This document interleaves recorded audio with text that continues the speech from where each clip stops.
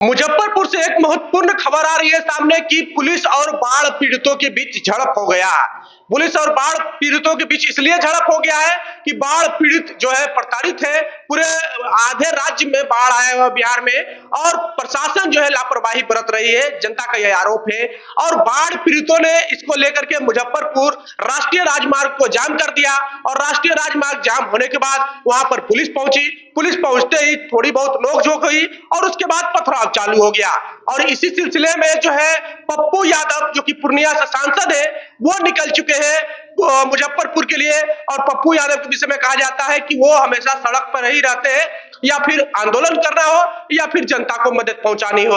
हालांकि बाढ़ पीड़ितों और पुलिस के बीच जो झड़प हुआ है मुजफ्फरपुर में, अभी तक बहुत ज्यादा चीजें निकल कर सामने नहीं आई है कि क्या कमियां हैं और क्या खामियां हैं। पर यह आरोप है बाढ़ पीड़ितों का कि हमारे पास कोई भी व्यवस्था नहीं है, हम चूड़ा खा करके रात गुजार रहे हैं, रात रात भर जागते हैं, क्योंकि हमारे पास सरकार द्वारा कोई भी व्यवस्था मुहैया नहीं करवाया गया है।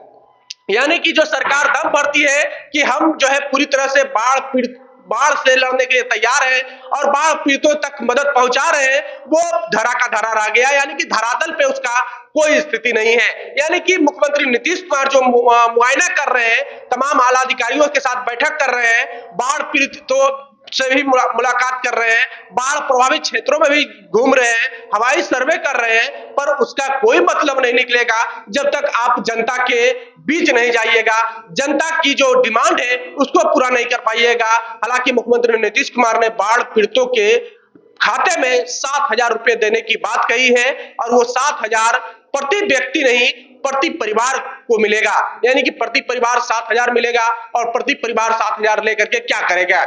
वहीं पप्पू यादव जो कि पूर्णिया से सांसद है, वो मुजफ्फरपुर के अपने कार्यकर्ताओं को निर्देश दिए हैं कि बाढ़ पीड़ित जो भी है उनसे संपर्क किया जाए और उनको क्या कुछ समस्या है उनकी समस्या का निदान किया जाए। हम सरकार के भरोसे नहीं बैठ सकते हैं। सरकार के अगर भरोसे बैठेंगे तो बिहार की जनता का हालत और बदतर होते जाएगा। हालांकि पप्पू यादव संकट मोचक के रूप में तो आते ही हैं और पप्पू यादव का कई सारा वीडियो वायरल हो रहा है, बाढ़ पीड़ितों के साथ वो घूम रहे हैं, बाढ़ पीड़ितों को मदद पहुंचा रहे हैं, बाढ़ पीड़ितों को पैसा बांट रहे हैं। और पप्पू यादव के पिता का निधन कुछ ही दिन पहले हुआ है और उस निधन के शोक से निकले भी नहीं कि बाढ़ की समस्या आ गई बिहार में और बाढ़ पीड़ितों के बीच जाकर के दुख बांट रहे हैं और बाढ़ पीड़ितों को मदद पहुंचा रहे हैं। हालांकि जो बाढ़ आया है बिहार में, इसके विषय में खान सर कहते हैं कि ऐसा नहीं है कि बाढ़ हमेशा के लिए बिहार में आता है और इससे निदान नहीं लिया जा सकता है। यानी कि खान सर पूरी तरह से बाढ़ पर एक्सपोज कर दिए बिहार सरकार को।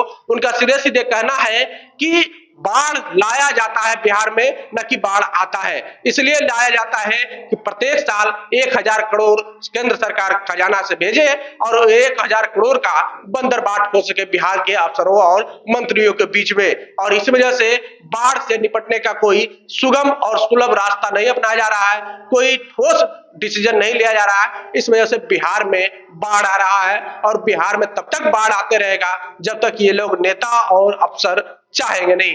बहरहाल आपको क्या लगता है, बाढ़ पीड़ितों तक कितनी मदद पहुंची है? आप कहां से, आप अपनी प्रतिक्रिया कमेंट बॉक्स में जरूर दीजिए। बहुत बहुत धन्यवाद।